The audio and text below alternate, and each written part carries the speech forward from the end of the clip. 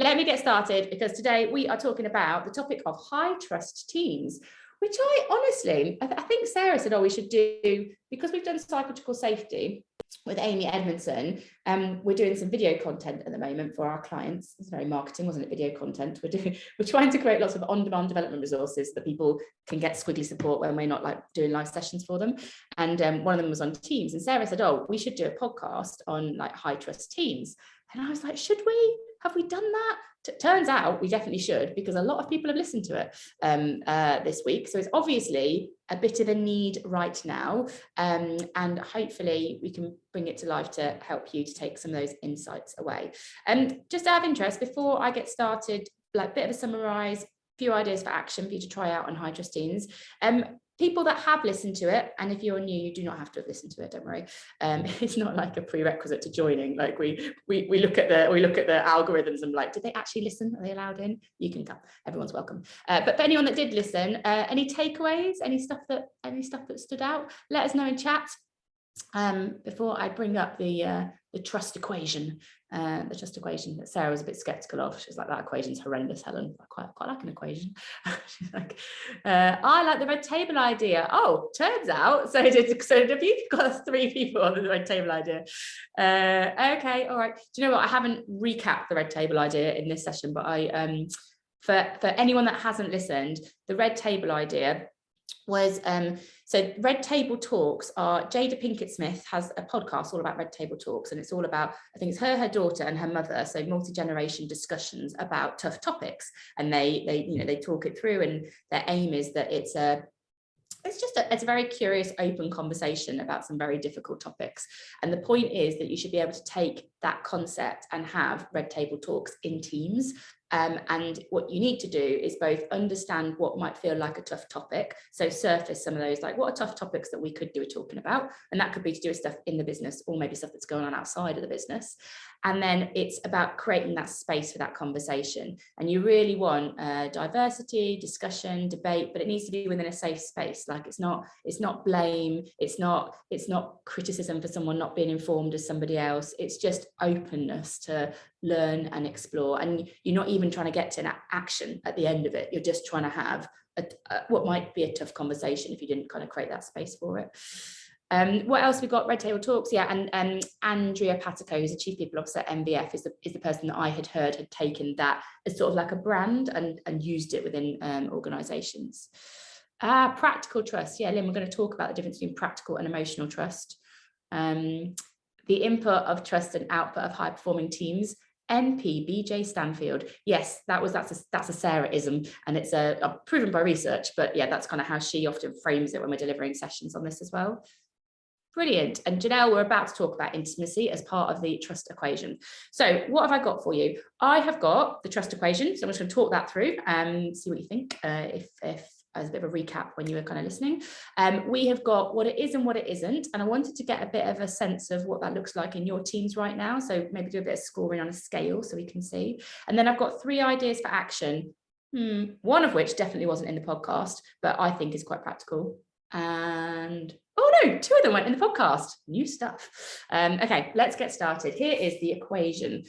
So the trust equation is that credibility, so can you do it, plus reliability, will you do it, plus intimacy, like who you are, people feeling like they've got a sense of who you are, that stuff divided by your self-orientation, so what you want, that equals trust. So let's talk it through. So I said it to Sarah and she was like, that makes absolutely no sense. And those are not words that we would all use in organizations, Helen, standard conversations that Sarah and I have.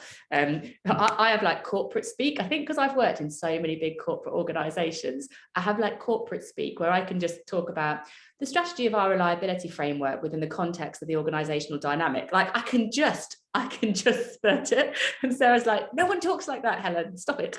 So I've tried to Sarah-ize it with the can I, will I, who I am, what I want, but let's see if it works. So the idea here is that in order to have people to have trust in you, so obviously we are individuals in teams. And so for other people in the team to have trust in you, they need to have a sense of credibility. Like, can you do your job? Have you got the ability to do the job you're being asked to do? They need to have a sense that you will do the job that you are being asked to do. And we'll get into some of the practical parts of trust when we get onto that balance that we talked about. They need to have a sense of who you are. So the person behind the work that you're doing. So if you are just a bit robotic, there can sometimes be a bit of a, what's going on behind the surface? But, you know, if you're open and honest, as much as you're comfortable with, if you kind of cultivate transparency, you create trust. So it's those three things for you to think about, like, how much credibility do you think you have? How reliable are you in terms of doing what you say you're going to do? And how much do you think you reveal about yourself at work? You don't have to, like, everyone doesn't have to be your best friend, but it's like, do they know the name of your child? Hi, Grace. Do they? Hi, darling. Grace is a bit poorly at the moment, bless her. Get well soon, Grace. Do they know the name of your child? Do they know what you did at the weekend? Like, is that sort of stuff. It's the human being behind the work that we do. And then this divided by self-orientation is quite interesting. So you lose trust when you make it all about you. So if I'm like, yeah, I'm pretty good at my job, I do what I say I'm going to do, and I'm really open, but guess what, everyone, I'm in it for me. Then all of a sudden, I've started to reduce the amount of trust that I created in the other elements, because it's more about we than me in a high trust team. It's people feeling like you will not always put yourself first, and that at times, more often than not, you are thinking team first. So it's that kind of dynamic. Corinne, well, it's because you've also worked in some big organizations, if it's Corinne, I think it is. So what do we think about this? Is it in any way helpful? Does it prompt any thoughts? Or are you with Sarah? Are you in the I'm not sure, we need a trust equation in our life, Helen? Let me know. I quite like it. I feel like it structures it. I feel like it makes sense of it for me, because trust is this like big, amorphic, ginormous topic. And I feel like anything that you can do to break it down a bit is helpful. Oh, yeah, I like it, break it down. I just saw a really good question here. Oh, Leon, good question. How do you measure credibility? I don't know. How do you measure credibility? It's a very good thing. I mean, I think, how do you measure credibility? What do we think, everybody? In my mind, I was thinking about this, or is there a way that I could use this to get feedback? So I don't know if I'd say, do you think I'm self-orientated? I'm not sure I'd say that to someone, because I feel like they probably wouldn't say, yes, you're completely, I don't think they would. Maybe they would if we had a tough table topic. But I feel like this could be a way that you could get feedback if you had the right feedback questions, like on a scale of 1 to 10, how confident are you that I have the skills to do my job, would be like the credibility one. On a scale of 1 to 10, how confident are you that I will meet the commitments that I communicate? On a scale of 1 to 10, how much do you feel like you know who I am and what I stand for? And like on a scale of 1 to 10, how much do you feel, oh, that's the tricky one. This is the tricky one. Something like, how much do you feel I operate in a team first mode at work? Something like that. I mean, that's going to be hard. You might want to get the feedback anonymously, but I think that might help you not only to self-judge, but actually to get a bit of a perspective on this from other people. Remember, I always think it's quite interesting when you look at self-awareness. Tasha Eurich is your go-to guru on self-awareness. But self-awareness is not just about you being aware of you, it's about you being aware of how other people see you too. So it's actually those two elements that come together. Tasha is the guru. Yeah, Tasha Eurich. She is the guru on self-awareness. We're trying to get her on the podcast, but our diaries just never seem to work. We referenced her in UKU. Really good. Thanks, Lucy. But very, Lucy, my go-to guru on all things self-awareness. So that is the trust equation. This is the what it is and what it's not. And we talked about this in the podcast, but just to kind of summarize it, because I wanted to use this to kind of get a bit of a scale from the community about where we think we are in these dimensions. So it is high care and high challenge. So this isn't everyone just going, oh, I think you're great, you're amazing. It's not that. It is, I understand that it is important for you to be seen as collaborative. I understand because I care about you and your career. But I want to let you know that in that meeting, you didn't come across in a collaborative way. And I wanted to talk to you about it so that I can help you do more of what I know is important to you. So it's that connection between, I understand what motivates and drives you, what is important to you, because I care about your career, but I'm also prepared to give you feedback when I see things that are counter to that. I'm not trying to create a confrontation, but I am trying to have a conversation about it because I want you to do your work in the best way for you. And it's radical candor in action, high care, high challenge, not easy, but important. It is not harmony. So it's not like, oh, well, let's just be nice to each other all the time, because stuff will be going on behind the scenes that you're not really getting to grips with in that case. And harmony isn't really realistic, because actually you want diversity, you want different opinions, and that isn't always easy. So if everyone's getting along too much and there's no friction, you might be missing out on some great ideas, because with ideas come friction, because not everyone agrees with them. So it is mistakes equaling learning. So in a high trust team, mistakes are made and we learn from them, because we talk about them, we talk about these mistakes. It is not, there are no mistakes. In a high trust team, everyone is perfect and there are no mistakes, because that just means the mistakes aren't getting talked about, which probably means they're getting magnified or some stuff is going on that you don't know about. So we need to create a space where people can talk about mistakes. It's totally okay, and learn from them. Otherwise you just keep repeating them. It is about people belonging. It is about people feeling like they can be themselves and belong within a team, and they don't have to adapt themselves or change themselves to fit in with some kind of weird norms. They can be who they are. It isn't sameness. So we're not all trying to be the carbon copy of Sarah Ellis in Amazing If. she might like it. She'd be like, it'd be so much easier if you were. A nightmare. But it is about having that ability to be yourself but belong in a team because of it. Is that kind of difference being really valued. And it is speaking up. It is saying, do you know what, I'm not sure that this is the best way we could run this meeting.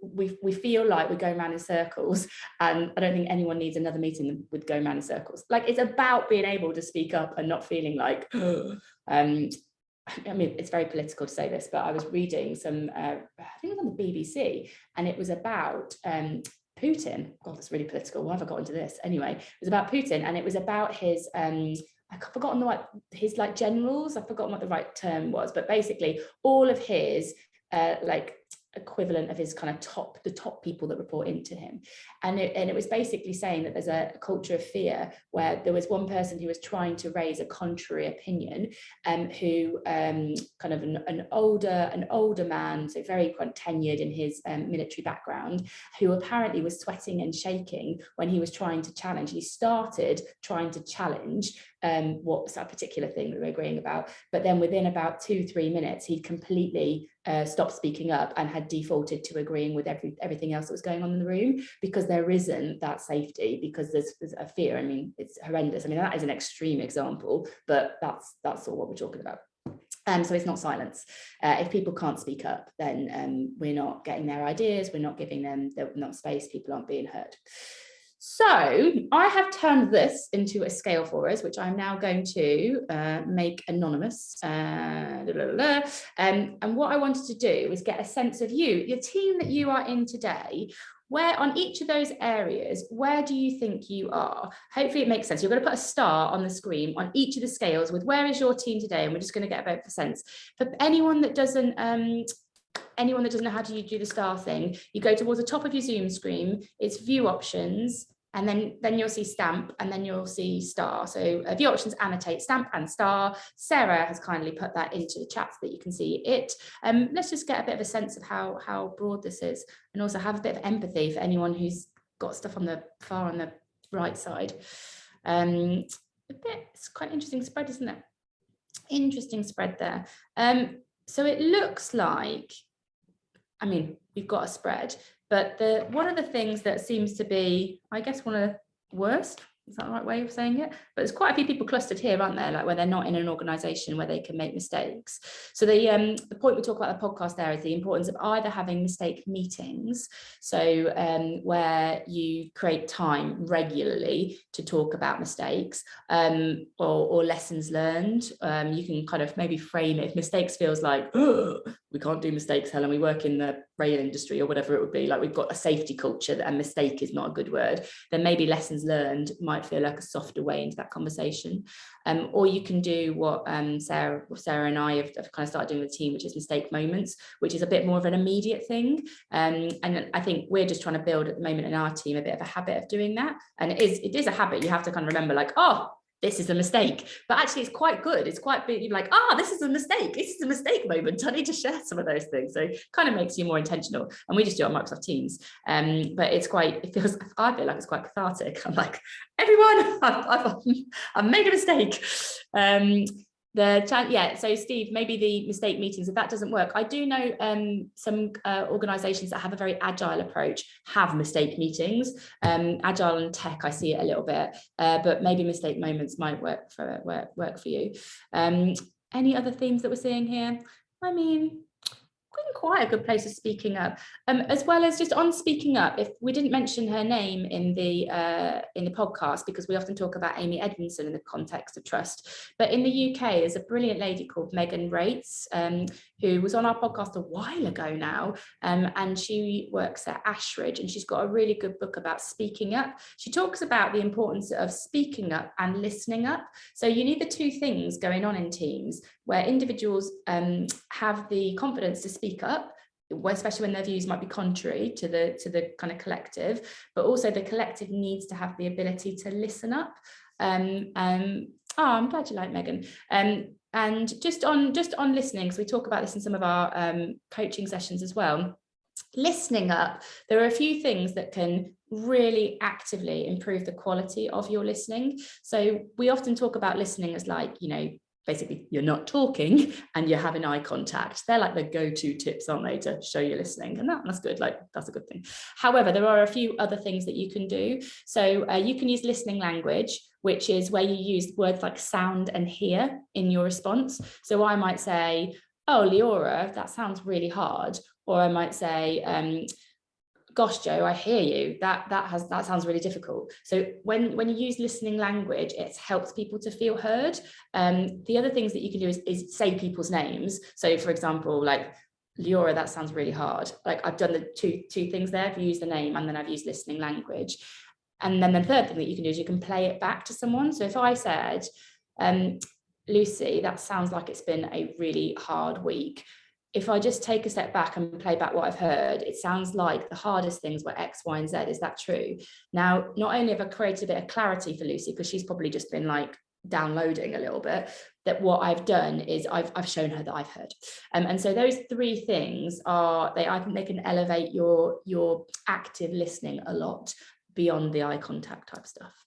Okay, so I've got 4 minutes and 3 ideas for action. Brilliant timing, Helen. Let's go. Do you mind if we don't do that, as I'm not going to fit this in, and I really want to give you, I was going to ask you some stuff that you do. Feel free while I'm chatting to share anything practically that you do to help on any of those points. So if you've got an alternative to mistake moments and meetings, if you do something that helps people belong, stick it in the chat so we can all learn from it. I've got 3 things I'm going to talk through really quickly. One I learned about yesterday, which I was like, oh, that's really good. So it's about flexibility within a framework, and this is specific to hybrid working, so kind of hot off the press hybrid working stuff. So high trust teams, I think, are having, all teams at the moment are trying to navigate how we do work. Now work is changing again. Like, we were in an office and now we went into a fully remote and now we're doing hybrid, and trust has to change as we change how we're working. But I think you don't want to enforce and get strict with rule. If there's a lot of rigidity, then people feel like they've lost their freedom and their flexibility, and then you start to lose that trust that we need. So I was talking to an organisation yesterday. I'm not going to name the organisation because I didn't sort of ask like, can I name you in this thing? But they were talking about how they were structuring the hybrid team working, and I thought it was really good and really built into trust. So what they're doing at the moment is that they have one day, they call it like their UK day. So they have one day where everyone in the UK office comes in. I think it was Tuesday. Like, Tuesday is UK day. Everyone comes in on a Tuesday. So you get one day a week that sense of, this is an organisation where there's lots of people and we're all coming together. They then have a team day that the team agree, like, what day should we all come in? And then they then have a me day. So what day works well for me? And they said, actually, the particular team that I was talking to said that they'd done that they'd had an agreement that the UK day would be the team day because they were going to come in 2 days a week. But the idea was, you know, the broad principle was in the office 3 days a week, at home 2 days a week. And there's a UK day, a me day and a team day. But like I said, they'd also got a bit of freedom. They were going for 2 days a week and in the office and 3 days a week at home because that was just better for the team. But I thought that was really nice because there was some, I remember talking to Dr. Thomas Chamorro Pramusic on the podcast about hybrid working. And he said, people do like some structure. So they don't want a rigid rule that they're forced to follow, but they do like a sense of structure. And I thought, oh, this gives people flexibility within a framework. It's quite a nice way of working out hybrid, but in a way that can work flexibly. So see whether you like it. Next one, risk and waterline. I might have talked about this before, not sure. Obviously, in a high trust team, you want people to be able to talk about and take risks. And risks sometimes a bit of a scary word. And it's like, well, where do we start? We don't just say to everyone, just go and be risky. The Waterline Model is a way that you can kind of talk about this in teams. So the idea is, think about a ship. This is the worst picture of a ship ever. It's like a sailboat. But think about a ship. And the idea is that there are some risks that you can take that are above the waterline. Like, as in, if it goes wrong, it won't sink the ship. It's like a mistake, but it's not like, it is not a disaster. And there are some things that if it goes wrong could actually be quite damaging to the team, the business, the brand, the people. Those things that are below the waterline are the ones that you want to collaborate on and get input on. You don't take that stuff alone. You need some agreement of, before we put the website live, 3 people need to have seen it, because if the website goes wrong, it could sink the ship. However, that presentation that you need to send out on Friday, like, it's okay, send out. You don't need me to get involved in that. And having a conversation in the team about what are the decisions we're all taking, what are the things that we're checking in with each other on, and of those things, what's above the line and what's below the line, can help people to have more accountability and ownership, but understand why we need to do some things together. And I thought that was quite a nice way of thinking about it.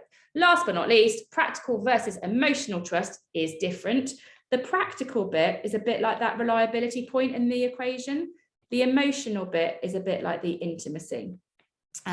So the things that would go in practical are, do you do what you say you're going to do? Do you show up to meetings on time? Do you keep your commitments? That kind of stuff. The emotional bit is, do people feel heard by you? Do they know who you are beyond the work that you do?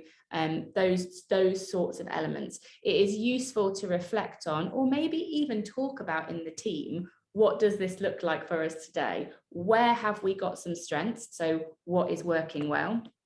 And where have we got some areas for development, even better if? And we've got lots of tools for that one. So like on the emotional one, we've got More About Me, which is a 10-minute tool that's on our website that you might want to have a look at if people feel that area in particular is one to focus on.